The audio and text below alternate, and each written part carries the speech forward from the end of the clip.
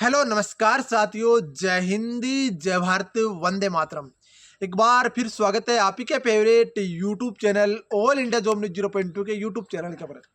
साथियों, आज के इस वीडियो के अंदर हम बात करने वाले सीआईएसएफ कांस्टेबल फायरमैन भर्ती 2024 जो कि 1130 पदों पर जो वैकेंसी निकली थी, उस वैकेंसी की कल आपकी लास्ट डेट जा चुकी है। आज के इस वीडियो के अंदर मैं आपको बताने वाला हूं टोटल फॉर्म ऑफ फिलअप, कितने टोटल फॉर्म फिलअप हुए, एक सीट पर कितने बच्चे हैं, सबसे ज्यादा कौन से राज्य में फॉर्म फिलअप हुए, कितने कैंडिडेट फिजिकल देने जाएंगे, कितने कैंडिडेट फिजिकल पास हो सकते हैं, क्या कंपटीशन रहने वाला है, किस तरीके से आपको सिलेक्शन लेना है, सारी चीजें मैं आपको एक एक डिटेल से इस वीडियो के अंदर बताने वाला हूं। तो ध्यान से इस वीडियो को देखिए और वीडियो को शेयर, और यदि आप चैनल के ऊपर पहली बार विजिट कर रहे हैं तो प्लीज आप चैनल को जरूर सब्सक्राइब कर लीजिए, क्योंकि दोस्तों आपको पता है कि ऑल इंडिया जॉब न्यूज 0.2 जिस भर्ती का एक भी वीडियो बना दिया, उस भर्ती में जब तक आपकी ज्वाइनिंग नहीं हो जाती, चाहे आपका एक ही बच्चा क्यों ना हो, उस भर्ती में आपका साथ नहीं छोड़ता। चाहे उसके एडमिट कार्ड से रिलेटेड अपडेट हो, चाहे उसके आपके फिजिकल से रिलेटेड अपडेट हो, चाहे उसके मेडिकल डीएमई रिटर्न एग्जाम सारी अपडेट हो, वो सारी जानकारी आपका भाई आपको उपलब्ध कराता है और आगे भी उपलब्ध कराता रहेगा। चलो एक एक स्टेप बाय स्टेप सारी चर्चा करते हैं। उससे पहले एक छोटी सी मोटिवेशन लाइन में आपको सुनाना चाहता हूं कि मंजिल ने होसलू से कहा तेरे बस की बात नहीं, मंजिल ने होसलू से कहा तेरे बस की बात नहीं, तो होसलू ने मंजिल की आंखों में आंख के डाल के बोला चल झुट्ठी, तेरी इतनी औकात नहीं। उसी मंजिल को बता देना है, उसी मंजिल को बोल देना है कि हम तेरे को लेकर रहेंगे, वर्दी पहन कर रहेंगे, और जो हमारे माँ बाप ने सपना देखा है उस सपने को हम साकार कर कर रहेंगे। दोस्तों बात करने वाला हूँ सीआईएसएफ कांस्टेबल फायरमैन का टोटल फॉर्म फिलअप की। उससे पहले आपको इसका सिलेक्शन प्रोसेस पता होना चाहिए। यदि नहीं पता तो मैं आपको शॉर्ट में इसका सिलेक्शन प्रोसेस बता देता हूं। यदि आपकी इच्छा हो तो शॉर्ट में सिलेक्शन प्रोसेस बता दूं। उससे पहले एक छोटी सी मैं एक रिक्वेस्ट मांगता हूं।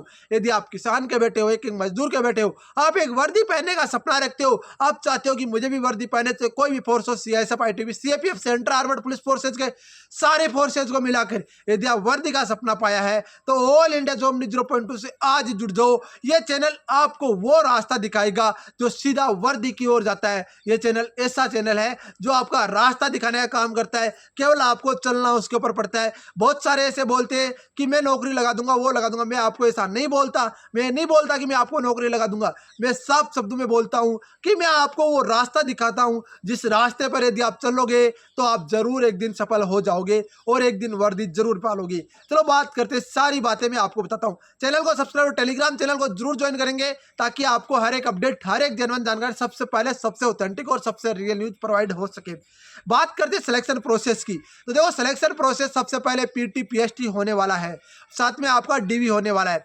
बात करूं सिलेक्शन प्रोसेस पीटी पीएचटी के अंदर 5 किलोमीटर की रेस आपकी 24 मिनट में होने वाली है। ओनली फॉर मेल कैंडिडेट इसके अंदर फॉर्म लगाया है, तो जाहिर सी बात है फीमेल का तो कोई लेना देना है नहीं।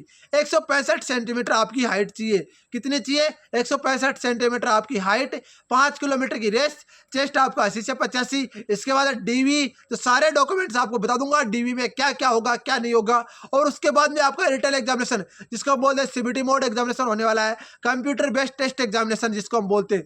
कंप्यूटर बेस्ड टेस्ट एग्जामिनेशन में क्या आएगा तो बता दूं मैं आपको, यहाँ पर 25 मैथ, 25 रीजनिंग, 25 जीके, 25 हिंदी या इंग्लिश, जो आपकी इच्छा हो वो आप कर सकते हो। टोटली 100 नंबर का पेपर होगा, 120 आपके क्वेश्चंस आएंगे।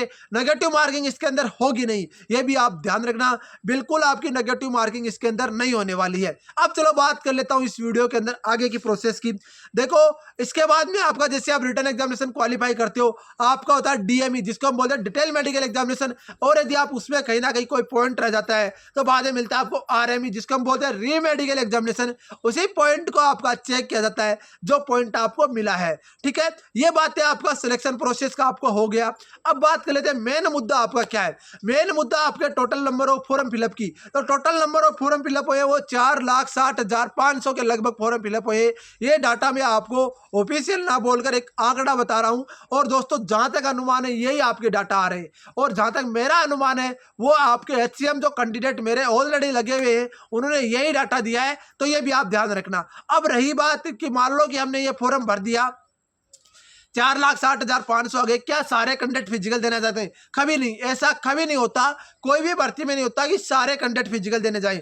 जहां तक अनुमान है वो ये निकल कर आ रहा है कि 60% कैंडिडेट फिजिकल देने जाते हैं। हाँ, मैं ये मानता हूं कि जो कैंडिडेट फिजिकल देने जाते हैं वो सारे एग्जाम देने जाएंगे, क्योंकि फिजिकल पास होंगे सारे एग्जाम देने जाएंगे। 60% यदि हम निकाले 4,60,000 का, तो वो निकल कर आता है 2,00,000 आपका 76,300 और 2,76,300 आपका कैंडिडेट निकल कर आता है। पहले मैं बता देता हूं आपको, 4,60,500 कैंडिडेट में एक सीट पर कंपटीशन कितना है, तो 1130 से यदि इसको भाग देते हैं तो वो निकल कर आता है 407 बच्चों में से एक कैंडिडेट का सिलेक्शन होने वाला है। मतलब आपका 406 बच्चे तो फिर भी बेरोजगार होंगे।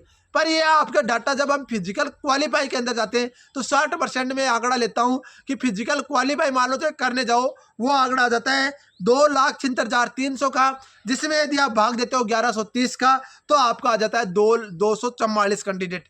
तो ये आंकड़ा एक कम हो गया है और इससे ज़्यादा कम कंपटीशन आपको कहीं नहीं मिलेगा। कोई भी भर्ती में इससे कम कंपटीशन आपको नहीं मिलेगा, ये मैं गारंटी से बोल रहा हूँ, आपको वादे के साथ बोल रहा हूँ। अब बात आती है कि हमने बोल दिया कि 2 लाख आपके यहाँ पर ये कैंडिडेट इतने फॉर्म फिलअप हुए, वो हुआ। अब बात आती है कि एक सीट पर आपने कंपटीशन बता दिया, अब ये बता दो सर हमें कि सबसे ज्यादा कौन से स्टेट में फॉर्म लगे, सबसे कम कौन से स्टेट में फॉर्म लगे। वो देखो मैं आपको बताता हूँ, मैं एक आपको डाटा उपलब्ध करा रहा हूँ, जो एक डाटा है मेरे दोस्तों, यहाँ पर ये स्टेप बाय स्टेप चलते जाएंगे, जिसके अकॉर्डिंग मैं आपको फॉर्म फिलअप करता रहा हूँ।